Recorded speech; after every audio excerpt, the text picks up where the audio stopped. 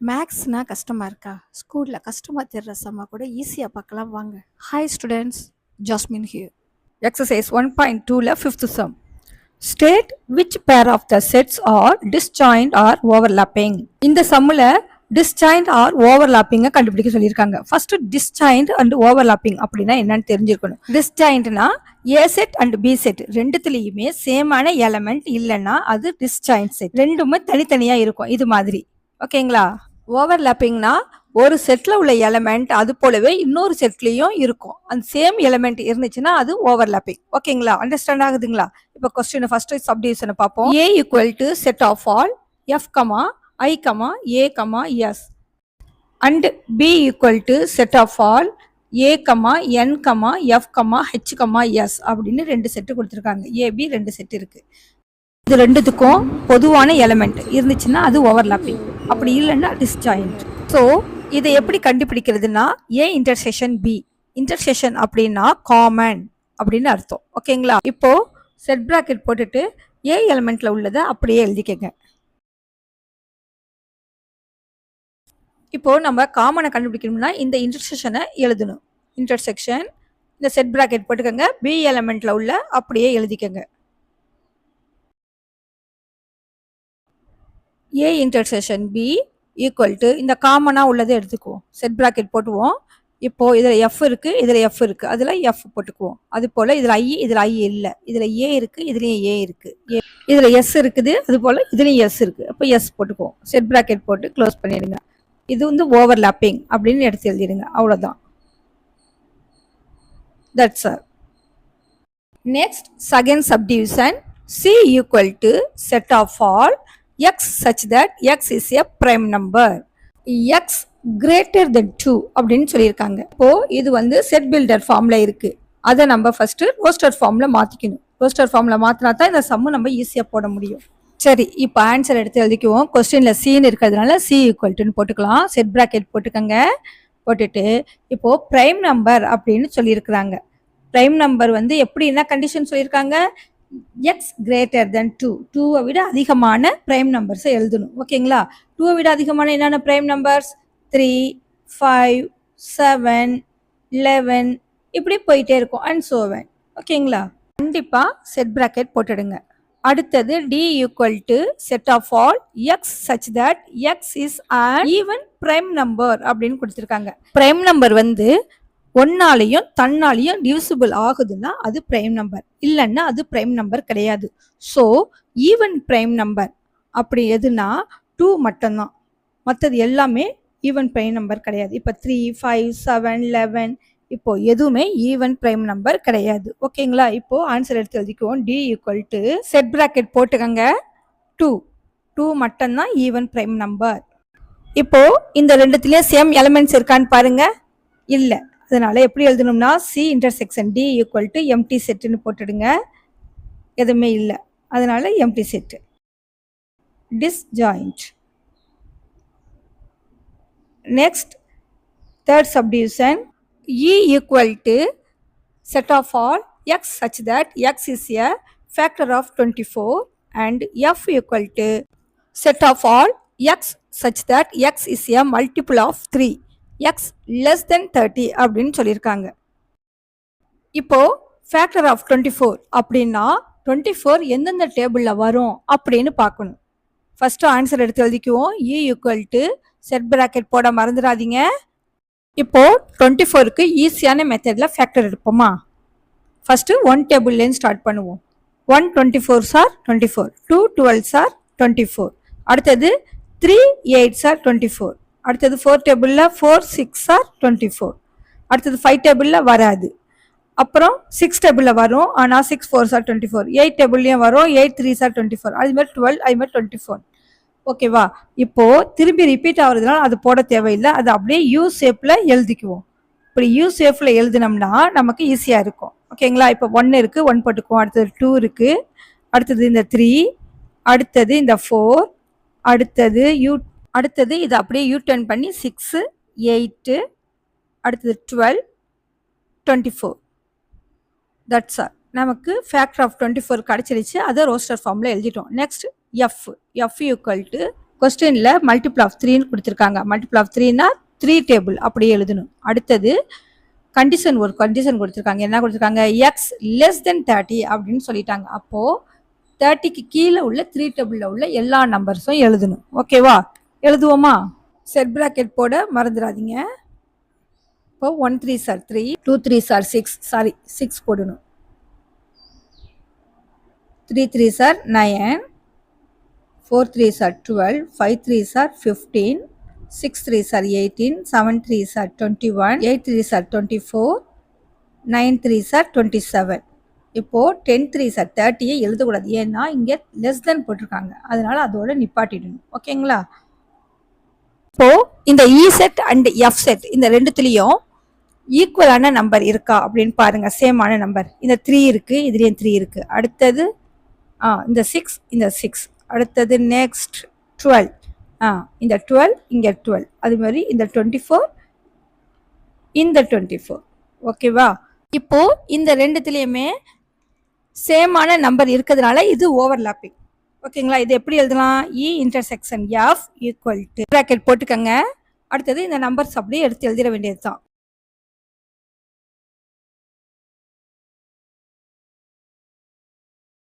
ரெண்டுத்துலேயும் சேமான elements இருக்கிறதுனால இது overlapping. ஓகேங்களா? ஃபைனலாக ஓவர்லாப்பிங் அப்படின்னு எடுத்து எழுதிடுங்க. That's all. என்னோட டீச்சிங் உங்களுக்கு பிடிச்சிருந்துச்சுன்னா இந்த சேனலை சப்ஸ்கிரைப் பண்ணி பாருங்க, உங்க ஃப்ரெண்ட்ஸுங்களுக்கு ஷேர் பண்ணுங்க. Next 6th sum. If S equal to set of all square, rectangle, circle, rhombus, triangle, list the element of the following subset of S. கொஸ்டின்ல என்ன சொல்லியிருக்காங்கன்னா S ஓட சப்செட்டை கண்டுபிடிக்க சொல்லியிருக்காங்க, லிஸ்ட் பண்ண சொல்லியிருக்காங்க. ஓகேங்களா? அப்புறம் இதுல 4 சப்டிவிஷன் கொடுத்துருக்காங்க. இந்த 4 சப்டிவிஷனோட ஆன்சர் வந்து இந்த இதுக்குள்ள தான் இருக்கு. ஓகேங்களா? இப்போ ஃபர்ஸ்ட் சப்டிவிஷனை பார்ப்போம். the set of shapes which have 4 equal sides அப்படின்னு கொடுத்துருக்காங்க. இதுல என்ன கேட்டிருக்காங்கன்னா 4 sides இருக்கணும், 4 sides-உம் ஈக்குவலா இருக்கணும். அதை வந்து எடுத்து நம்ம எழுதணும். இப்போ மேல வந்து S equal to அப்படின்னு சொல்லி ஒரு செட் பிராக்கெட்ல கொடுத்துருக்காங்களே, அதுல போய் பார்ப்போம். இப்போ ஸ்கொயர் பாருங்க, ஸ்கொயர் வந்து 4 sides இருக்கும். ஸ்கொயரோட 4 sides-உம் ஈக்குவலா இருக்கும். அடுத்தது வந்து ரெக்டாங்கிள். ரெக்டாங்கிளோட இந்த 2 sides-உம் இந்த 2 sides-உம் ஈக்குவலா இருக்கும். அது மாதிரி இந்த 2 sides-உம் ஈக்குவலா இருக்கும். அடுத்தது சர்க்கிள். சர்க்கிளுக்கு சைட்ஸே கிடையாது. அடுத்தது ராம்பஸ். ராம்பஸ்னா சாய் சதுரம். அதுக்கும் 4 sides வந்து ஈக்குவலா இருக்கும். Next triangle. ட்ரையாங்கிள் வந்து 3 sides ஃபிகர். இத சம் ஆஃப் த ட்ரையாங்கிள் வந்து 180 டிகிரி.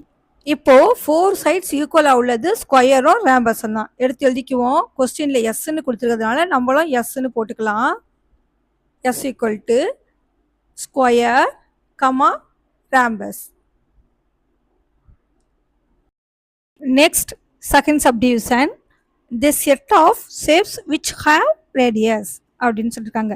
இப்போ கொஸ்டின்ல நமக்கு கொடுத்துருக்கிற ஷேப்ல எதுக்கு வந்து ரேடியஸ் இருக்கு அப்படின்னு கேட்டிருக்காங்க. இப்போ மேலே பாருங்க, இந்த ஸ்கொயருக்கும் சைட்ஸ் இருக்கும், ரெக்டாங்கிளுக்கும் சைட்ஸ் தான். சர்க்கிளுக்கு வந்து சைட்ஸ் கிடையாது, இதுக்கு தான் ரேடியஸ் இருக்கும். இந்த மையத்திலேருந்து வருது, அதுதான் ரேடியஸ். ஓகேங்களா? அப்போ இதோட ஆன்சர் என்ன எடுத்து எழுதணும்? செட் பிராக்கெட் போட்டுட்டு circle. Next third subdivision, the set of shapes in which the sum of all interior angles is 180 degree அப்படின்னு சொல்லியிருக்காங்க.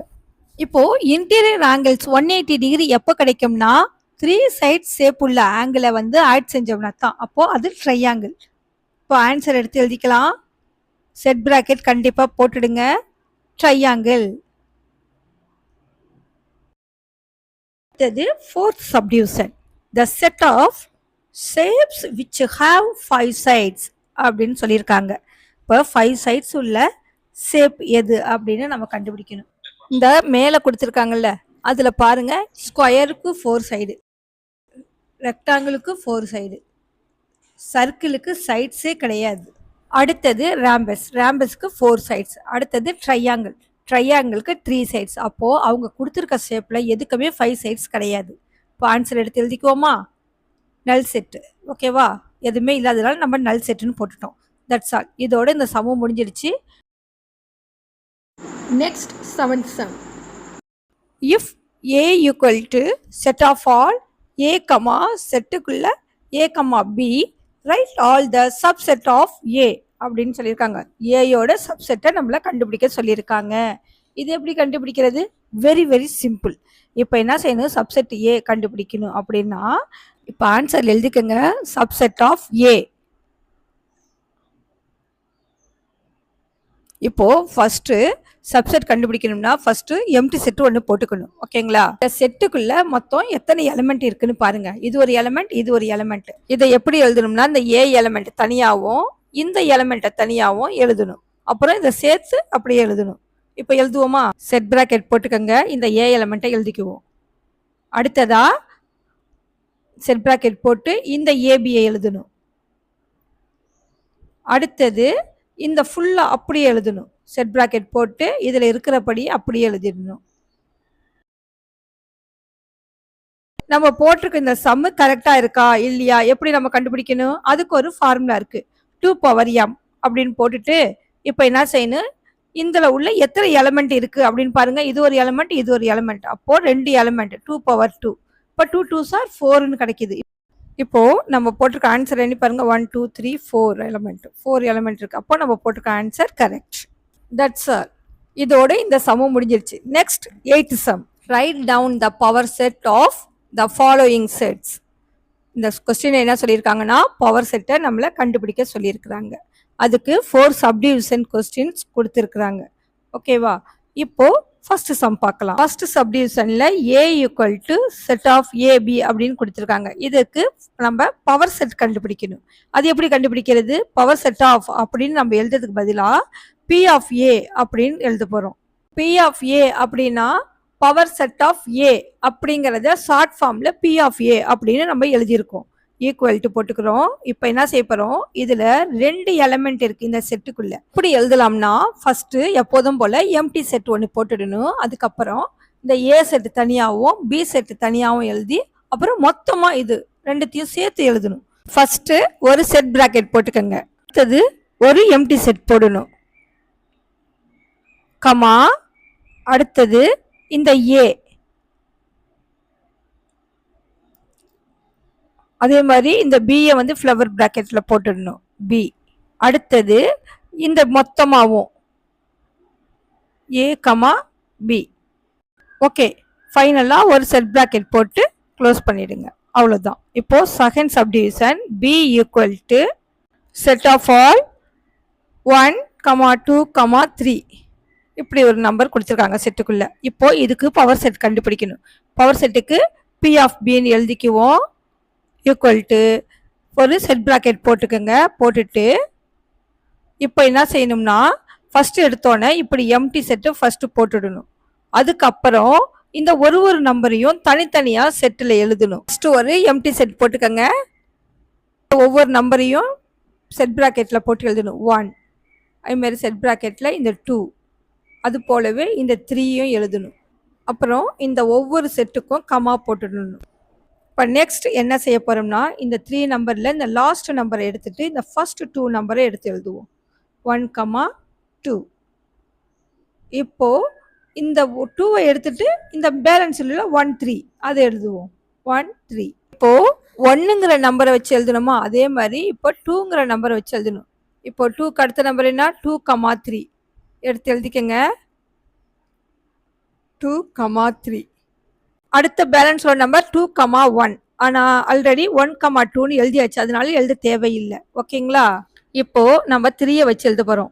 3, 2, 2, 3ன்னு இருக்குது, அதனால வேண்டாம்.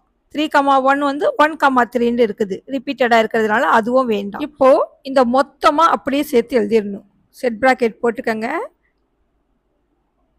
1, 2, 3. இப்போ ஃபைனலா ஒரு செட் பிராக்கெட் போட்டுக்கோங்க.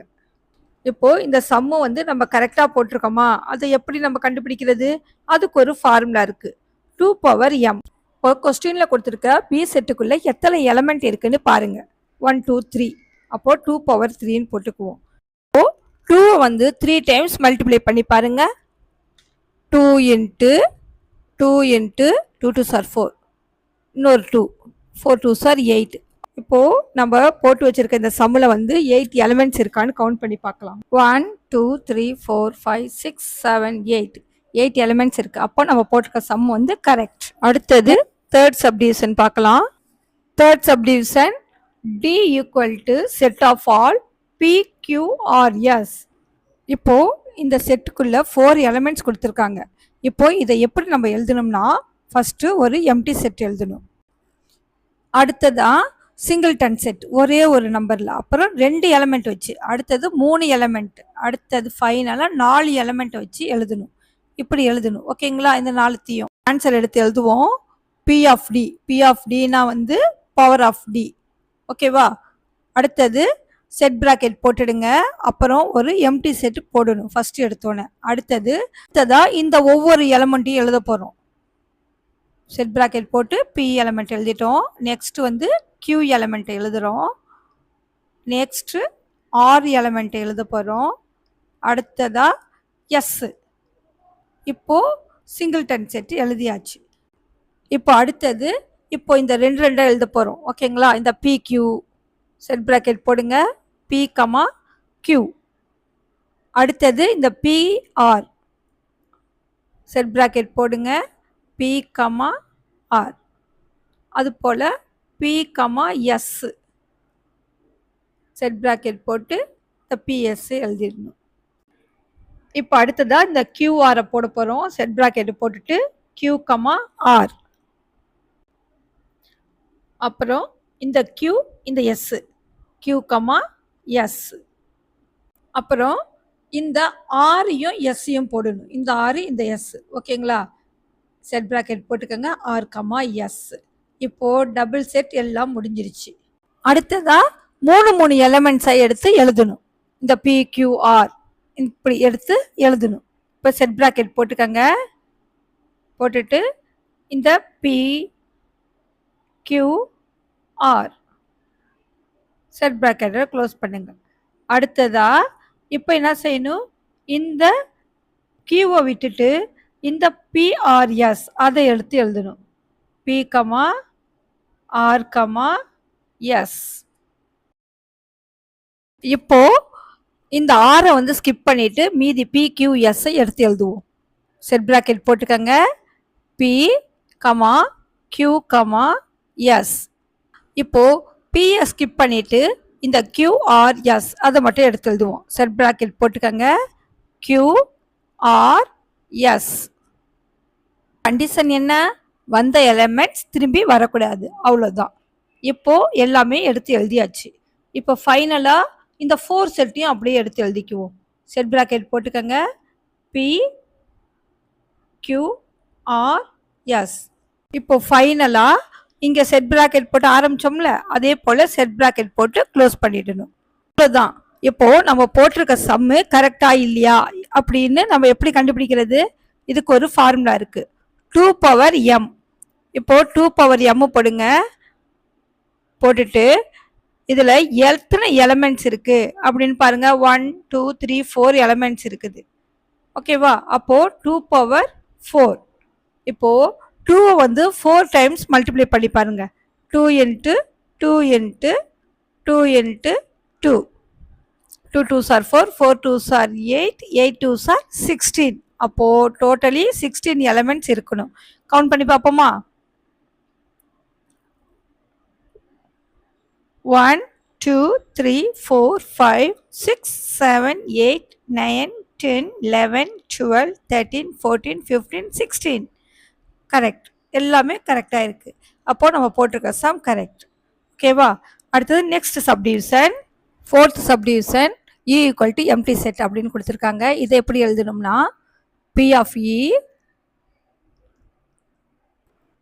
ஈக்குவல் டு இந்த செட் பிராக்கெட் போட்டு இந்த எம்டி செட்டை போட்டுடுங்க. ஏன்னா ஒரே ஒரு எலமெண்ட் மட்டும் தான் நமக்கு கொடுத்துருக்காங்க, அதனால இந்த ஒரு எலமெண்ட்டை போட்டுட்டோம். That's all. இதோட இந்த சம் எல்லாம் முடிஞ்சிருச்சு. என்னோட டீச்சிங் உங்களுக்கு பிடிச்சிருந்துச்சுன்னா இந்த சேனலை சப்ஸ்கிரைப் பண்ணி பாருங்கள். தேங்க்ஸ் ஃபார் வாட்சிங்.